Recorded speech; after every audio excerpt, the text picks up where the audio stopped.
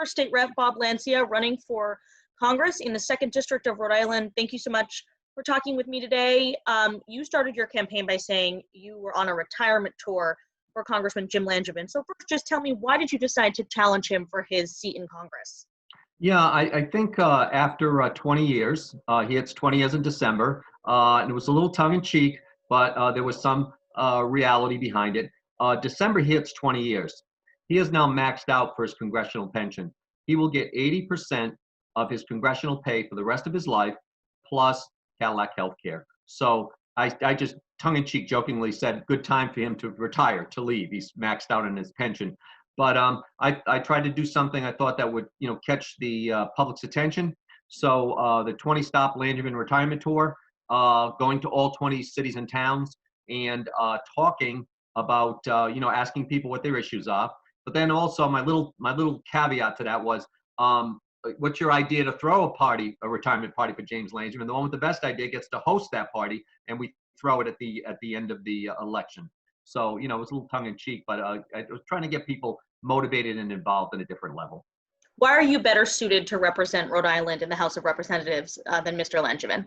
Well, because, one of the things I've heard a couple of times, and this goes to Mr. Valicenti, I heard him in the morning, he was talking to Barbara Fenton Fung.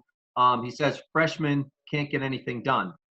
Well, in my time in the House of Representatives, I got half the 911 money put into a restricted receipt account, got beach fees lowered, got a sex offender bill passed, and fought hard for an inspector general. Mr. Langevin in 20 years has gotten one bill passed to rename a post office. So, me 4 years in the House of Representatives of Rhode Island versus his 20 years in Congress, I think we can do more. You didn't succeed in getting the inspector general, though. So there's hard fought battles for bills that don't necessarily pass. Certainly, Congressman Langevin has sponsored a number of bills that have passed the House, perhaps have not passed the Senate because it's controlled by the other party. Is it not worth it to, sponsor a bill and fight for it and get it passed through one chamber? Well, the problem is, of course, the bills that you sponsor.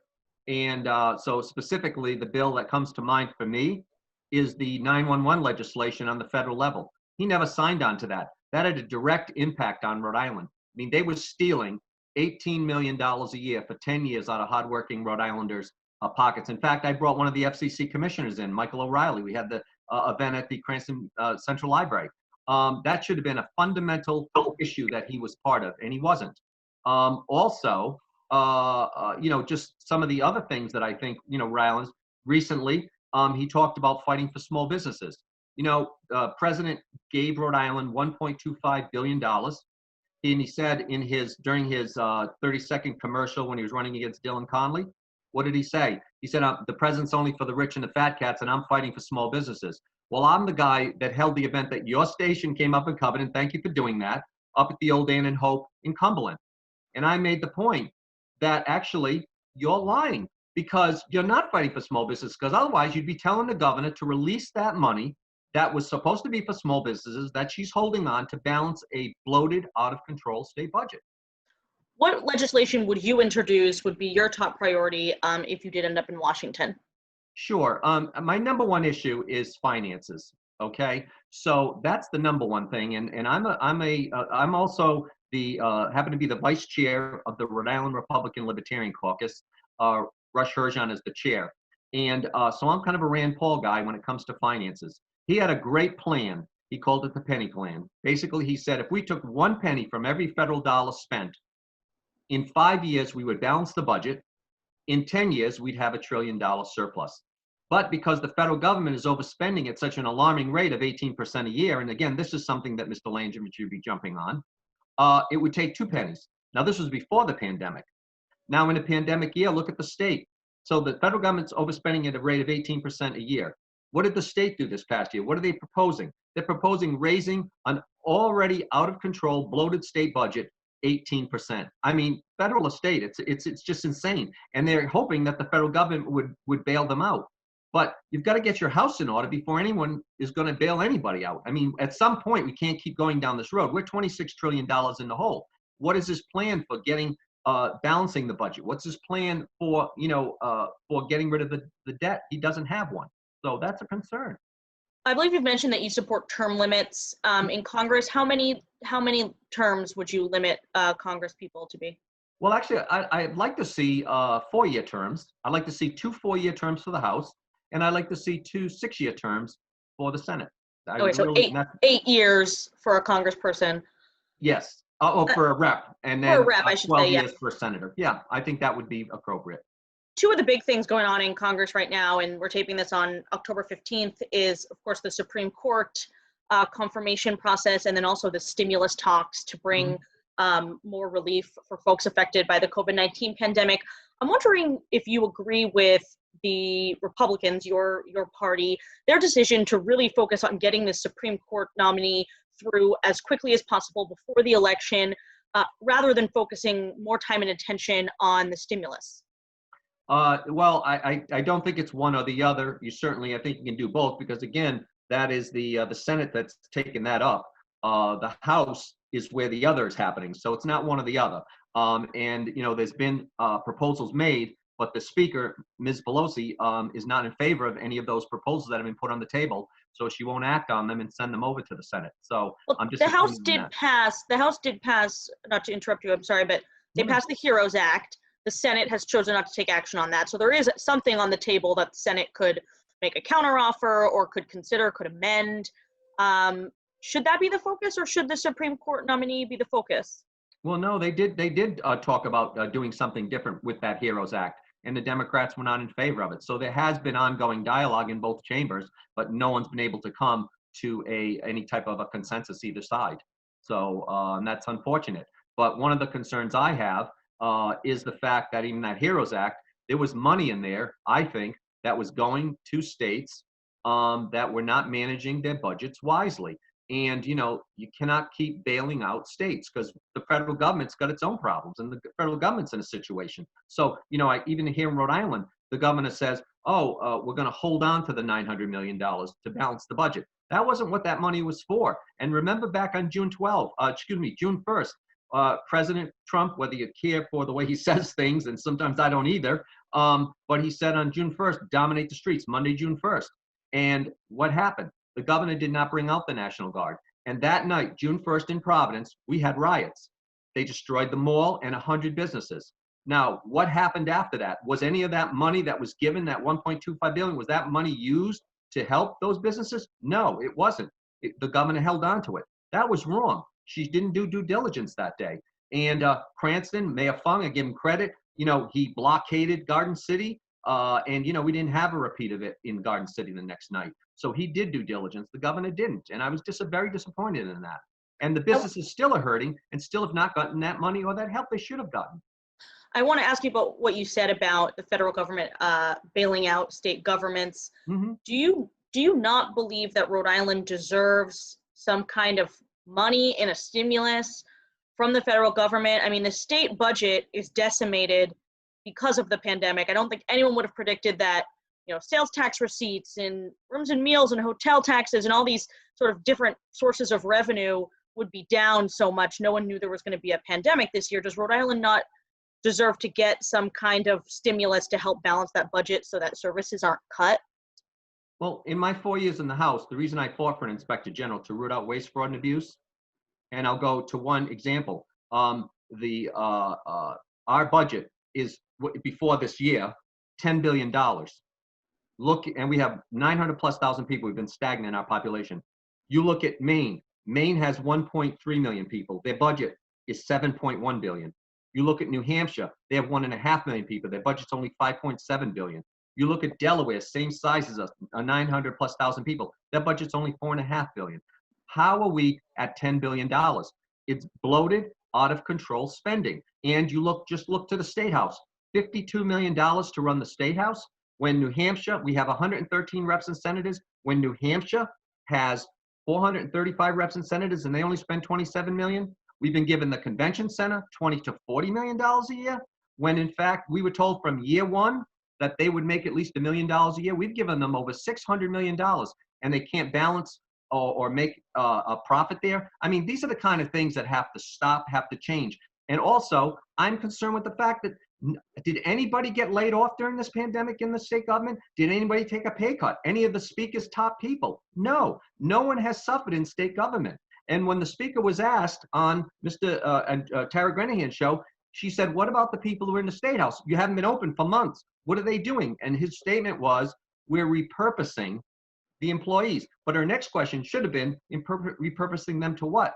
And I don't think they were repurposed to anything. So I'm sorry. And then the governor having over 30 public relations people. I mean, it's just things like this. Never mind the speaker. I said I needed $1 million for the inspector general position. This is why it didn't pass, because they said to me, we're going to get $1 million, right? What do we find out a couple of years later? The speaker has been secretly funneling $1 million a year to a Dr. Pedro in Cranston. And as soon as that comes to light, guess what happens? He stops giving it to Dr. Pedro. And what happens shortly after that? My wife, Mary Ann, was running for state rep, and my old state rep seat. What does she read in the paper? Dr. Pedro is closing his business. I mean, this kind of stuff, this to me is waste, fraud, and abuse. And I think there's a federal grand jury even been seated because of that. So, this is the kind of stuff that's going to stop. It sounds like you're in favor of the state laying off employees. No, I'm not. What I'm saying is we want to have an inspector general to root out waste, fraud, and abuse. We want to do a study of what do we need, what's nice to have, and what do we need. I don't think we need 30 public relations people, for instance. And even I have a friend who's in Hawaii. In fact, I think he may be governor. He's in the House of Representatives there. In fact, he may be governor of Hawaii. You know what they do at their state house? Their session is 6 months long. At 6 months, they lay people off, and you're allowed to keep one person in the office for the rest of the year, for the other 6 months, because there's really not much going on after that 6-month session. Something like that, I could see happening. But it takes a study first, and we haven't done that. Would you, if you were if you were a U.S. representative right now, would you have voted against that HEROES Act because of the funding for state governments? I would have voted against it, yes, because there needs to be safeguards. We need what we need from the states is a promise that they're going to get their fiscal houses in order, and we have the same problem here in Rhode Island. I'm curious, two things. First, how do you think Governor Raimondo has handled the coronavirus pandemic? That's a tough one.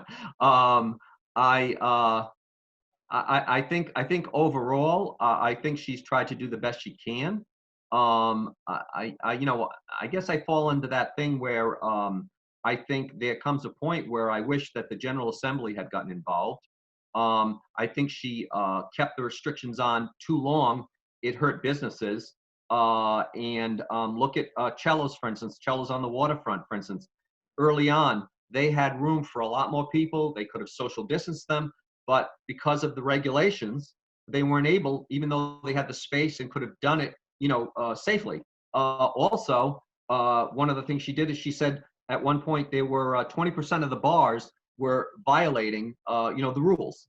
So what does she do? Does she punish the 20%? No, she punishes the 100% for the 20. I mean, we're a small enough state that we can, do the proper things we need to do. And I've been disappointed in that. And I think at some point, these executive orders, I would like to see that really stop and, have the General Assembly start getting involved again. It's just, I think it's been going on too long, honestly.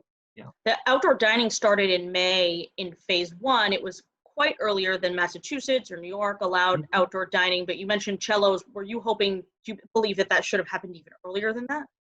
No, I think what should have happened is based on, again, a business's ability to do what they need to do within those restrictions.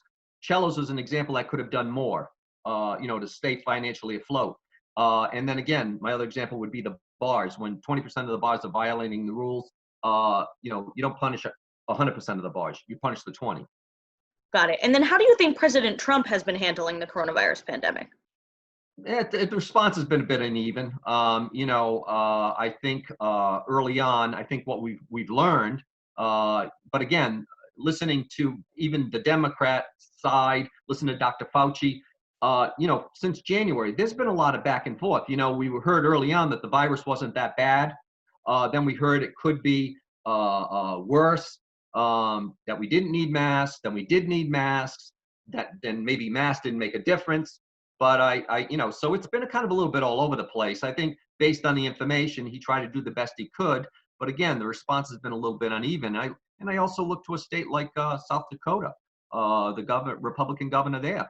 They never, did a lockdown or shutdown. And at one point, she's told the president, we don't need any additional money. So I think that's kind of an example for all states. The president obviously contracted the coronavirus recently. At one point, it seemed as though his symptoms were quite bad. He got an experimental treatment. He got a number of drugs. He went to the hospital. He came out and he said, don't be afraid of the virus. I'm good as new. I feel great. He started holding rallies, despite still being within sort of the 10 days or so that it's recommended that you isolate. What kind of message does that send about taking the virus seriously? Not everyone has access to Walter Reed Medical Center and all of the medical care that the president had. What message does that send? Well, I think he should have probably told people to continue to be concerned, to wear their masks and social distance and, wear their gloves, clean their hands. But what exactly the treatment he got, I don't have a clue. And the doctors haven't really gone into it too much. But that one drug that he used, they said that could possibly be a bit of a magic bullet at some point. But again, it's not available to everyone.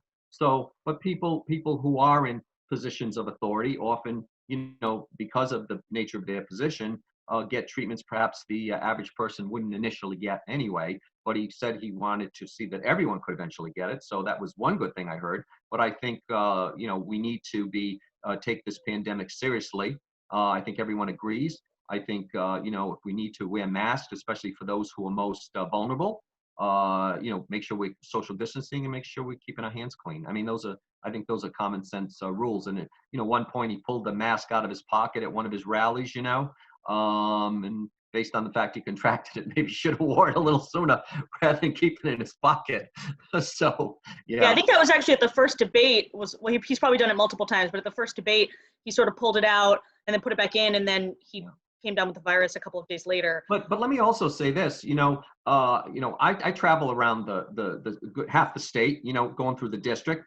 And it's funny because people's responses are different. Some people, I go up to their door, got my mask on, I'm socially, and they go, if you don't take that mask off, I won't talk to you. Then I got other people, I'm distance away, and they say, if you don't put your mask on, I won't talk to you, So it's funny. And then when you're doing things, they say, if I see you wearing that mask one more time, I'm not going to talk to you. Or if I see you, it's some of it. So it's just people's responses are interesting, and you're trying to navigate that all the time. So that's a little interesting too. And what do you say to them, or what do you make of that? Because you've got all the health officials, the health director of the state of Rhode Island, the CDC, everyone's saying that masks are effective in preventing the spread, so that, especially in the droplets for the person that's wearing the mask. And so when people tell you, take that mask off, I don't want to talk to you, so what do you say back to them? Well, I just basically say that I'm trying to be sensitive to the situation and what's going on, and being extra precautious. Really, my wife's in that category where she would be, has compromised, system. She's older, so I obviously don't want to bring anything home. And she's had to have a procedure from the hospital, so she's had the COVID test. She's negative. I don't have any symptoms myself, but you don't want any, and so whatever you do, you try to be careful. A fist bump or an elbow bump versus a handshake, and then you make sure you have your hand sanitizer around. I mean, try to be careful regardless, and you're just saying you're being sensitive to everybody, because you're going to meet more than one person in the course of a day.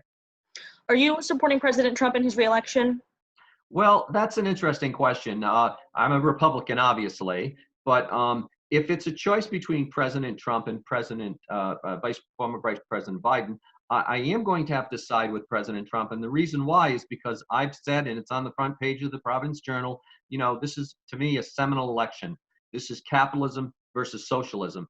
And I'm afraid that if Vice President Biden gets elected, we're going to go the way of Venezuela, Cuba, down that road. I'm definitely afraid of that. So, I have to side on one or the other, and I'm going to, for that reason, side on the side of the president. And I want to get back to your capitalism versus socialism comment in a moment, but just to stay on President Trump, listen, you're a pastor. President Trump's character has obviously been called into questions many times. He insults people. He calls them names. He's been involved in extramarital affairs and other scandals. I guess, how do you square that as a person, a pastor, as yourself, when you're thinking about, I'm going to vote for this person, and you're thinking about his character? Well, there's a story today out about Vice President Biden and his son and their financial dealings with Burisma. And I have to stop you because I think, are you referring to the New York Post story that it has not been confirmed? Oh no, I'm talking prior to that. That's been out there. Not Okay. The story's already been out there. I'm saying, and in addition, he said himself a while back. He said either you get rid of the prosecutor, or you won't get the $1 billion. And they got rid of the prosecutor. This is back a while back. So there's a little bit on each side. But as far as the president, think back to President Clinton with all his marital affairs and everything he did. And when we were told, how can you support the man? You know what they said? The liberals, and I'm more of a conservative, moderate conservative. They said, well, it's so important that he's president that we're going to ignore that behavior. Well, I don't ignore that behavior, and it's hard sometimes to explain that behavior. But we had the same issue with President Clinton, and everyone gave him a pass. And I don't suggest you give anybody a pass, but he got a pass because they said it was so important. So it's happened before. It's not the first time. But there's a lot at play here, obviously. And I'm not happy with some of the things that are said. Of course, no, not at all. And it worries me. But in the end, if the future of the country's at stake, which they said during Clinton's time with all the dalliances he had, it is what it is at some point. Back to your comment that you made to the Providence Journal, you said this race, your race against Congressman Langevin is about capitalism versus socialism.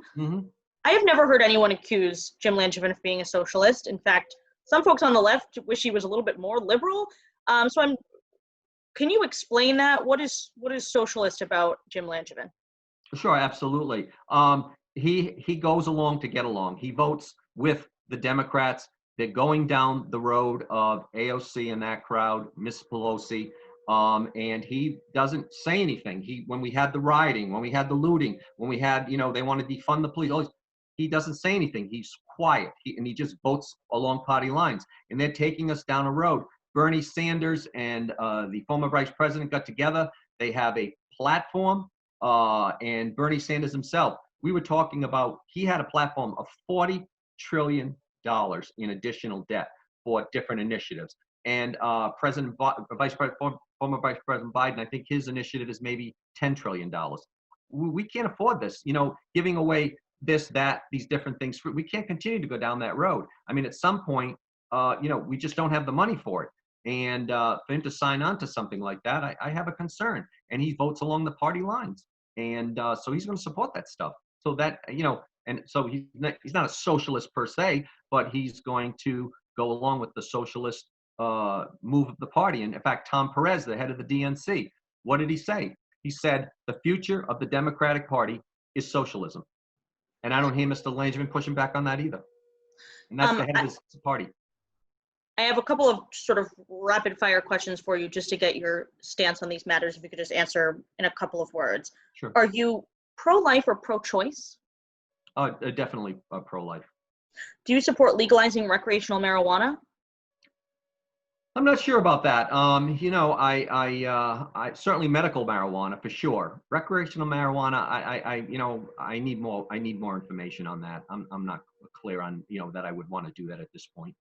Do you believe the Affordable Care Act should be repealed? No, I don't think it necessarily should be appealed because we don't have anything to replace it. Now, Representative Johnson has a Republican plan out there that has, guaranteeing things like protecting existing pre-existing conditions, but allowing people to have more control over their health care, things like that. But you can't get rid of something if you don't have something in its place, and there's not anything in its place right now. Finally, I just want to ask you about what it's been like on the campaign trail during the pandemic. You mentioned it a little bit about the masking and not masking, but how has it been different just running this race? Well, I think basically trying to do things like fundraisers, to raise money for your campaign. You really can't have a gathering to do that. But going and meeting people, when you go to the door, some people are more welcoming. Some people, because, they're worried, they'll say, like, leave your stuff. And, so you don't get as much interaction as you might normally. But overall, I think people have been pretty good about it. But we've connected a lot more probably on social media as well. But overall, it's been pretty good. I think the biggest change is not being able to talk to as many people perhaps as you might normally, just because of the fear people have. I mean, a lot of them will say, you can leave your information, that kind of thing. So. Yeah. You mentioned fundraising. I did check your campaign account. You had $15,000 cash on hand as of the last report. 10,000 of that you had loaned to your own campaign. Listen, Congressman Langevin has 1.2 million in his campaign account. So you are an underdog in multiple ways in this campaign. Financially is one of them. How do you get ahead from that competitive disadvantage? Well, Dave Bratt. I call myself the new Dave Bratt. Dave Bratt was a representative who ran in Virginia against the sitting House Majority Leader, Eric Cantor. Eric Cantor had $4.7 million, and he was the sitting House Majority Leader. And Dave Bratt had only $200,000. And Dave Bratt beat the sitting House Majority Leader. So it's doable, even as an underdog, even as an underfunded underdog. It's doable. And that's why my 3 initiatives, the 20 Stop Langevin Retirement Tour, my Ballin' with Bob activities in Providence, doing those clinics in Providence. And my 3rd and final one is Bob's Army of 500. 500 people willing to drop 50 flyers, because Mr. Langevin for the last 9 times has won 65-35. That's been the same for 9 straight elections, whether you had $1 million like Mike Riley did, I think back in 2012, or last election, Sal Cuso had no money. I find it amazing. It's always 65-35, and it's always 125,000 votes to 75,000. So I knew we had to do a 25,000 vote swing. So my idea was Bob's Army of 500, and they get a great T-shirt, Bob's Army of 500, Bob Lancia for Congress, but 500 people willing to drop 50 palm cards to their friends and neighbors asking them to vote for Bob Lancia. That's at my 25,000 vote flip. And I believe based on that, we're going to win. Bob Lancia, former state representative and current Republican candidate for Congress. Thank you so much for taking the time. Thank you, Steph. Take care.